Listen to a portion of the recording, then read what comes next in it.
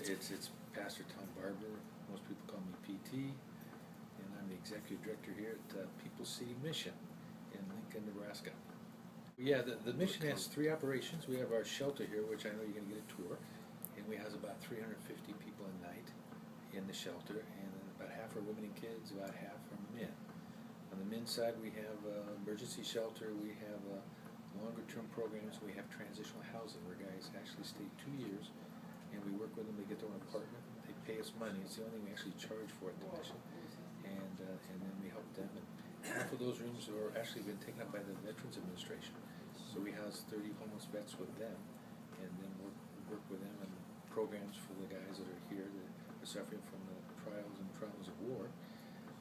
Then we have a medical clinic, and we see anybody who has uninsured and at 200% of the population. And that's been a real God-breathed thing, because last year we became the largest freestanding walk-in free clinic in the United States. We saw 11,322 patient visits at the clinic.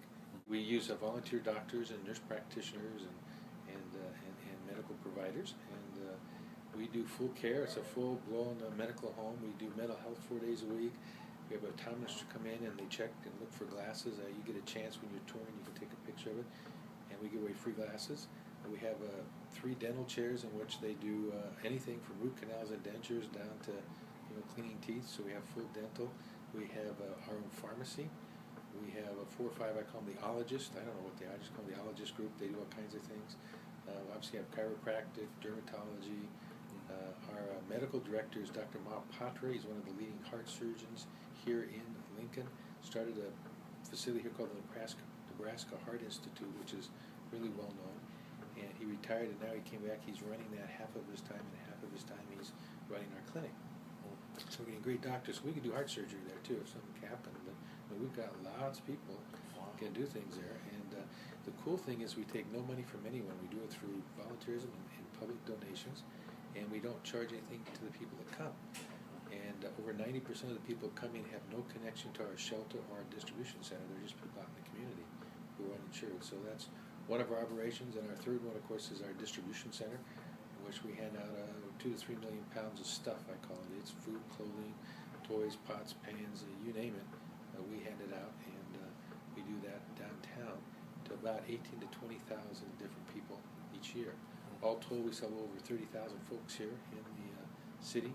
We raised almost $12 million from the public, cash and gifts in kind. We get about 1% from United Way and state and local grants, but mainly it's all public donations, and we approach the public. So that's kind of how the mission runs. And how do you get, like, for example, medical personnel to volunteer, and they just hear and want to come, or people talk to them? Yeah, well, I first I go to all the people who like to go to Mexico on missions trip, and I tell them I'll serve them tacos, speak Spanish to them. I'll drive them around in a big yellow bus for 4 hours, and they can do it right here in Lincoln, much cheaper than going all the way down to Mexico. And I'll give them the same thrill, but basically they don't have to go anywhere. The need is also big here. A lot of people want to volunteer. I'm kind of being tongue-in-cheek, but the truth is, doctors and nurse practitioners, we get an opportunity just like anything else. People will volunteer with their expertise. And giving is a really powerful thing. It's one of the most powerful human endeavors there is, if you do it right.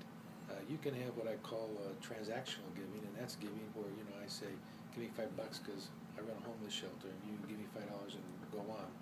Not much change. You might get a feel-good moment. There's nothing wrong with that kind of giving. We need to do that. But that's different than connecting to the story. Second kind of giving I call it transformational giving. That's where I really connect, become part of it, and actually it changes me, and I self-actualize, and so it has great value. Viktor Frankl, back in the 60s, wrote a book in Search of Meaning. He was one of the top psychiatrists back then, and I don't know if you remember, but he said as a concentration camp victim, when they took away everything that you had, your hope, your dignity, everything in the world, they could never take away the hope for meaning and purpose. And that was a major driver of people. And of course, our faith drives us there largely. We've obviously fulfilled that a lot through our own belief. But there's different ways to get that. And sometimes volunteering, if you do it right and connect to something, there's a significance, and that significance benefits you greatly. Now, we need to do more of that. And the church, by the way, is guilty of not making that happen. You would probably put this on the thing, but the truth is, I've been around since the '60s. I've been, I don't know how many missions conventions. Here's the way we often do missions. We have someone pray across the stage that we don't know anything about. They inspire us enough, or they make us feel guilty enough, we throw something in the pot. Then they go away. We have no connection to what they're doing. We don't have a clue to how they did it, what happened. It's sort of a transaction. We do it because we're supposed to support world missions. Nothing wrong with that. But juxtapose that against going to an orphanage in Uganda and actually being there, working with the kids, connecting with them, and then they ask you for something. It gets me involved. And so the church doesn't do enough of that transformational giving. And part of that is because they don't push home missions enough. Home missions is where you can get that transformational experience. Hard to do it overseas because most people aren't going to go overseas. But you can do it locally. And that doesn't take away from world missions. I'm a big supporter of world missions, but I think missionaries will support missionaries better than non-missionaries. So I really believe that the church needs to do more to get people involved right in their own city and really connecting the stories and the places they are. And if they do that, people will get inspired, and that inspiration will affect everything. How do you process people that come in with a gift in a certain area they're gifted to do? I mean, what we do is we find out what they're interested in. When we have volunteer opportunities, instead of asking, here's our need, can you come help us? We say, who are you and what's your interest and passion? Because we've found if you hook somebody what they're interested in, then they're more likely to have that transformational experience, and then they'll volunteer for a long time.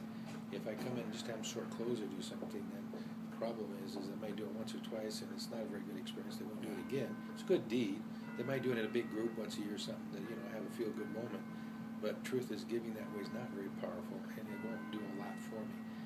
If, on the other hand, you come in and I say, okay, well, Greg, you're a pastor, so if you came and said, I want to volunteer, I'd say, I'll tell you what, we need chaplains. We have one, but our guys need counseling. How would you like to be a chaplain? Work with the guys, or work with kids, or work with women who are domestically abused, or what's your interest? Maybe you say, I'm tired enough being a pastor, I want to do something else. Well, maybe you think you're a quasi-cook, so we'll have you go in, we'll have you work in the kitchen. I mean, who are you and what are you interested in? And that's what we try to connect people to. So we connect them to their passion. It's very, very powerful. and last question, what are you most excited about what you do? My thing is seeing something come together. Obviously, I'm an advocate for the homeless, and when I see stories of people being changed like all of us, I think that motivates everybody. Probably because I'm more of an organizational kind of guy, and that's more my passion.